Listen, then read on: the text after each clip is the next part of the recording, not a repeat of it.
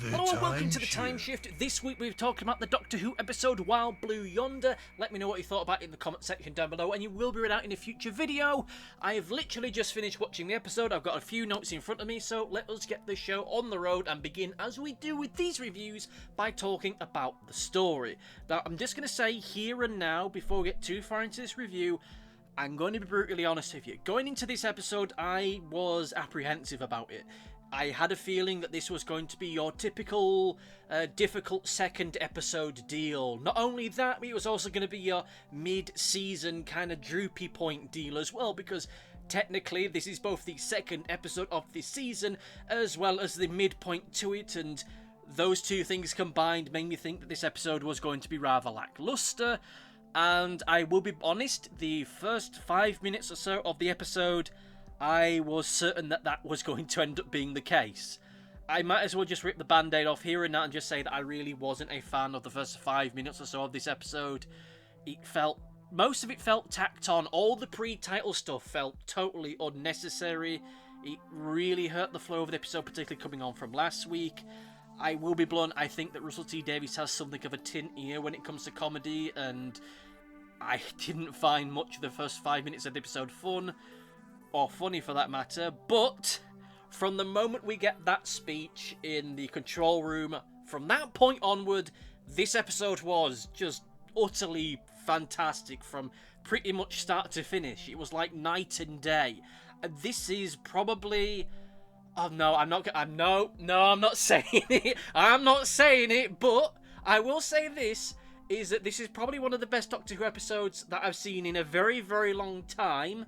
And that if I was to do a list of my favourite episodes of the new run of Doctor Who, this would rate very highly. I really did love this episode. Like I say, first 5 minutes or so when you got the wacky stuff with Isaac Newton and Mavity and Gravity, wasn't really into all that stuff. The gags and such when they're walking through the corridor, not really keen on that stuff. I feel that the tone and pacing of that first 5 minutes just felt all over the spot. Immediately going from one scene where it would be fun and jokey to immediately something grim and dark, then something light and funny, then grim and dark, and just the constant switching of that made it very difficult for me to acclimatise to the feel of this episode. But like I say, from the moment we have that moment, that whole sequence in the control room where the Doctor finally figures out the code to this spaceship, from that moment on, the episode just really gets into its stride and it just becomes, frankly, rather fantastic. This is what I want from Doctor Who. This is the perfect scenario for me when it comes to Doctor Who.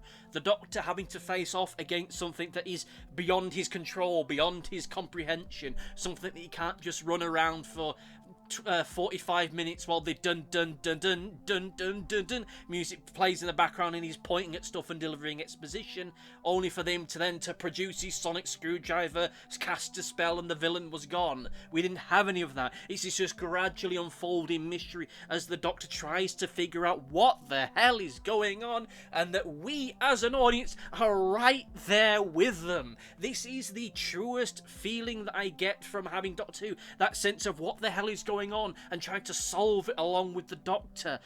That's what I really love about this series. It's the sheer thing of effectively going on these adventures via osmosis with the companion and with the Doctor, and just thinking, how the hell do you get around this kind of stuff? And this episode really got that right. The Doctor is facing against something that he really has no idea what the hell it is. And I think even after the episode itself, he doesn't truly know what it is.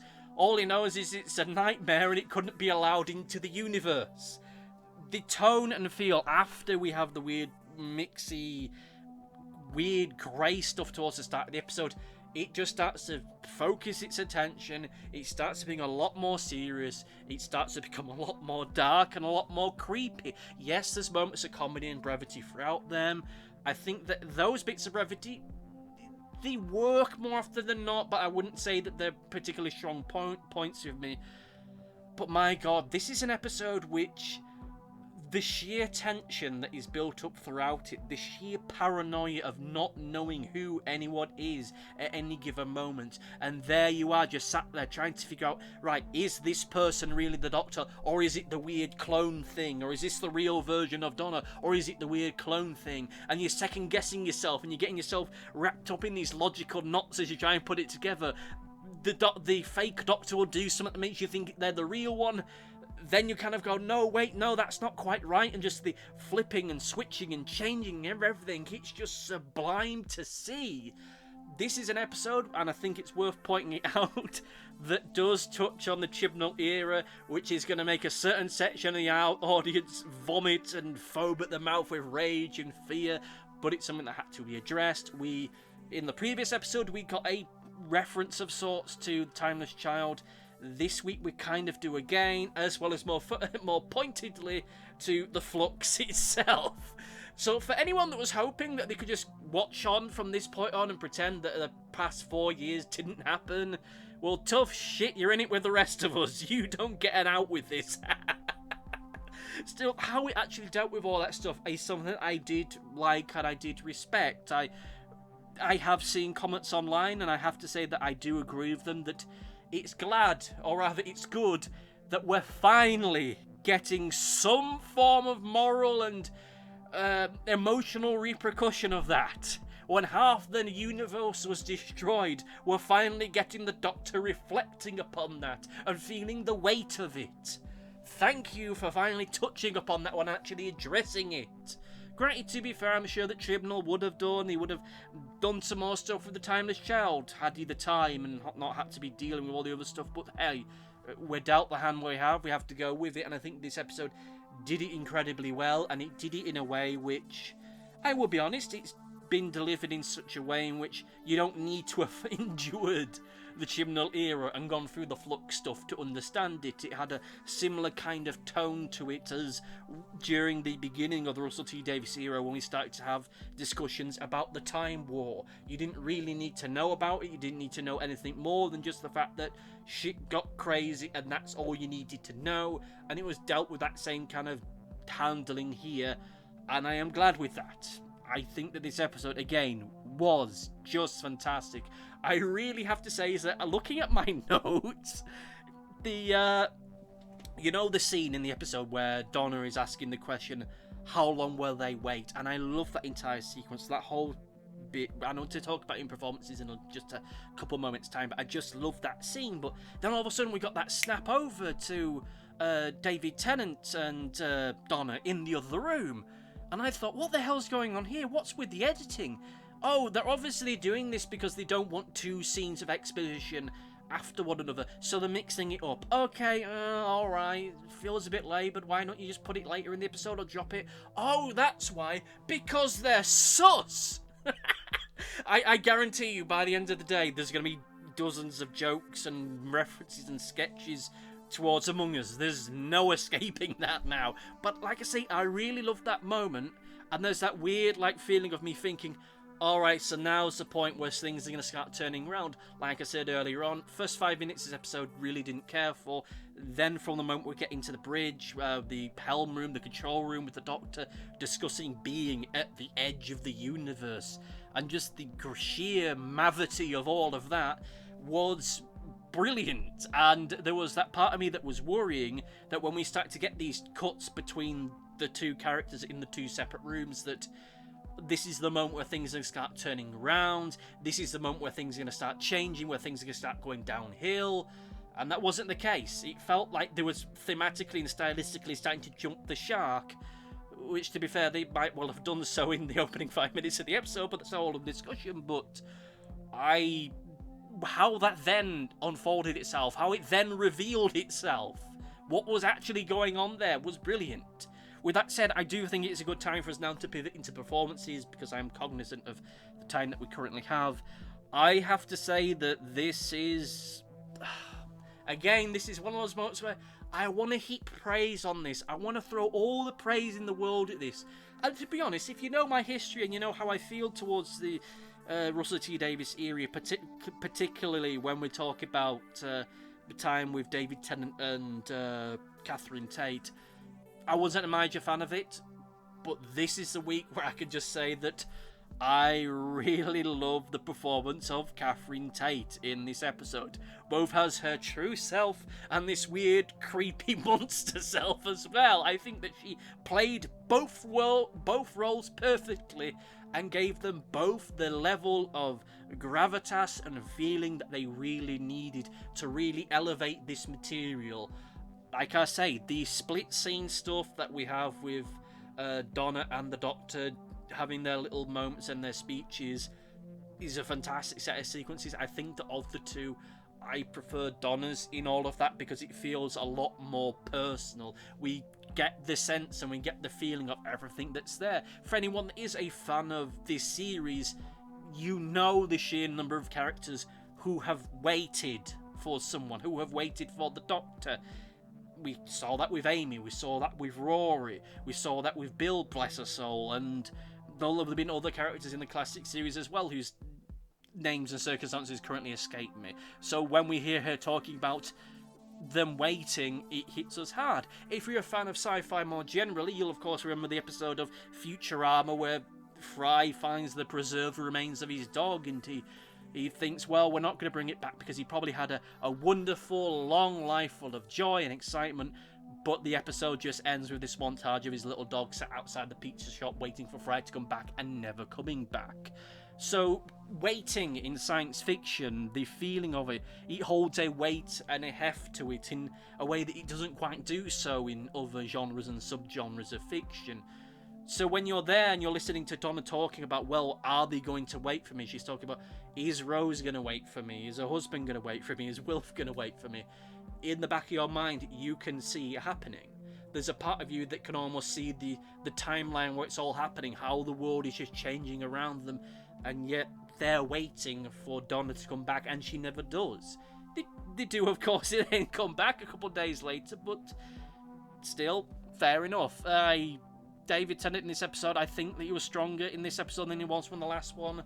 The last one had a little bit too much running about for me, so it wasn't really as good for getting a full grasp of his performance.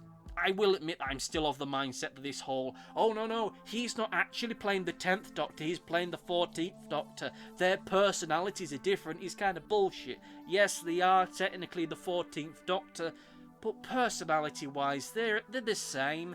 The only differences there are is just by a sheer fluke of age and maybe Tennant not wanting to do the character in quite the same way. He performs the role well. There was a couple of moments where the accent felt a little bit out of place. Like, you could have blamed that on being the weird, creepy clone stuff, not quite getting it right, but, you know, that wasn't the case. So just a couple of moments where it just didn't quite land for me as far as his performance went, but hey, it's David Tennant playing the Doctor. He's almost always going to nail it. Apart from in the 50th anniversary, where he sounded like Dick Van Dyke in Mary Poppins. Still, if we get into the overview, I say that this was a fantastic episode. Again, first 5 minutes, wasn't a big fan of, but the more the episode went along, the more that it matured, the more that it developed, it grew into this truly fantastic entity. I will admit, there was a part of me that had forgot that Doctor Who was on tonight. And there was a part of me that was in two minds whether or not to watch it at all, I'll be honest with you. It was starting to feel a little bit like an obligation, but having sat down and watched it now, I have to say that it was utterly fantastic. I really did enjoy this episode. It was dark, creepy, with this odd, uncomfortable, existential dread to everything. The sets, for the most part, were impressive. I do think that some of the CGI work wasn't the best, particularly when we have the moment with Doctor and Donna in that big corridor. Apparently the budget of these episodes of Doctor Who is about £10 million per episode. I wonder where that £10 million has gone, because that was one crummy looking corridor for the most part. Bearing in mind that for the large part, it would have just been done on a green screen. But still, for what it is, for how it is, I think that it was decent enough. The CGI on the creepy fake Doctor and Donna, not so much, but hey-ho, it is Doctor Who. I'm more willing to forgive it in that regard because it feels more on point. The CGI stuff less so. particularly bearing in mind that they've got Disney money and Disney expertise behind them now. But let's be honest, given just how much the poor SOBs working at Disney doing the special effects are being worked these days, they probably just have got an intravenous drip that's constantly feeding them coffee all the time. But still, fantastic episode, brilliant, utterly amazing, utterly awesome. I loved every single moment of it, apart from the opening, it has to be said, but I think this is something that I will go back and I'll probably appreciate a lot more. I did like the running gag with the gravity-mavity stuff. It was cute. I hope this doesn't just become a thing from this point on, but still, with that said, very good. Top marks. With all that said and done, however, let's get into Comment Corner!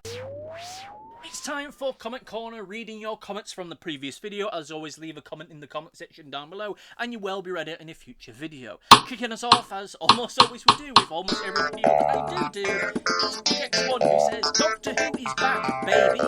Thank you for your comment, and I'm happy to hear that you enjoyed the episode itself. Next up, we have Gobo, my good friend Gobo, who says, you used the W word, God help us, you're becoming American!